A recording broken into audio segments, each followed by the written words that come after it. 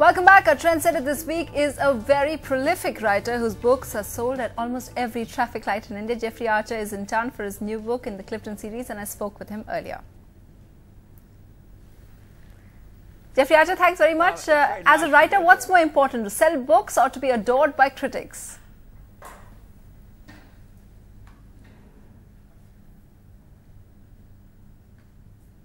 The people.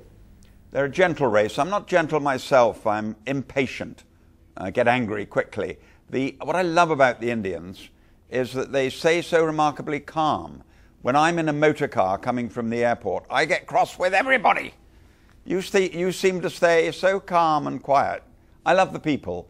And of course I'm touched that so many people are coming to hear me speak. I was told I mustn't tell you this morning there were more people at my function last night than there are at the test match today. I'm sure, but let me just get some viewers' questions in who wanted to ask you questions. Lal Inapur wanted us to ask you that some of the characters you create, do they reflect people that you meet in real life? Well, in the latest series, I'm writing a set called the Clifton Chronicles, yes. And it's certainly autobiographical. There's no doubt about that. There's a lot of me in Harry Clifton. There's a lot of my distinguished and capable wife in Emma. And there's a lot of my mother in Maisie. So, yes, it's very, very autobiographical. Is it more difficult to write about autobiographical things? No, I think it's probably easier because I enjoy writing about my wife and my mother and my friends. And writing about, I was brought up in the West Country, so I'm writing about a boy born in the back streets of Bristol. He's the son of a docker and he falls in love, he falls in love with Emma, who's the daughter of the man who owns the docks. Well, that was my world, so I'm able to write about it and only too delighted that the Indian people are enjoying it. Of course they are. I have to ask you, when you talk about experiences, that you have written about your time in prison as well. Was that really tough, the time that you spent there?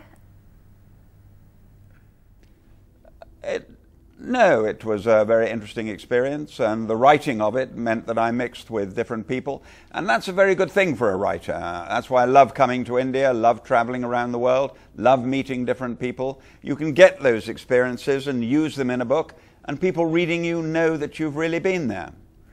Let me get another viewer question in. Anurag wants me to ask you, and you know, it's a question I find it really impossible to believe because of the number of books that you've written, but do you ever get writer's block? Never. I've been very lucky. I'm a very lucky person. I'm a storyteller, not a writer, and the stories are there every single day. Yes, I'm sure all readers are thanking God that it's like that. Aman has asked us to ask you, how is it that you write by hand?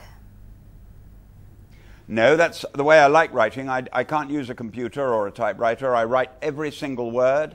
I rise at 5:30 in the morning and start at 6. I do 6 o'clock until 8, 10 o'clock until 12, 2 until 4, 6 until 8. I'll be in bed about 10 and then I start again. And every single word is handwritten. That's amazing. You're also on Twitter. Were you forced by your publishers to be on Twitter? Nobody forces me to do anything, Sanitra. Yes, I do tweets, I do Facebook, and I have a blog that goes out to 2.4 million people. I love talking to people, and this is the new way to get to your readers because they like to be in touch with you. So anybody can tweet me, anybody can Facebook me, anybody can read my blog. And do you at least type your tweets? No, I dictate them.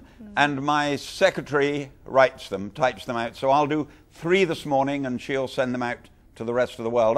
I'll point out to the Indian people this morning that more people came to my talk last night than went to the test match this morning. I'll tell them that the day before when it was raining, I saw people with mops and buckets We don't have mops and buckets any longer in England. Okay, final question. Our readers and our viewers on the website, they did a poll of your books, and here's how they rated your top books. Here's the order. 50% said that the top most favorite of the book was Kane and Abel. The next was Honor Among Thieves with 25%, and then equal share, First Among Equals, not a penny more, not a penny less. Is that the rating how you'd rate them as well? Do you agree with that? Well, Kane and Abel certainly has been read by 50 million people in this country, so I understand why they put it first. I actually think A Prisoner of Birth and Paths of Glory should be second and third. I agree with the fourth, Not a Penny More, Not a Penny Less. People always go back to that. My first book, they're very sentimental about it and they're very kind about it. It's now sold 27 million copies. So I don't totally disagree, but I don't totally agree. Thanks very much, Jeffrey Archer. Thanks very much for being here on Trending this week. My pleasure. Thank you. Real pleasure having you. Bye. Bye.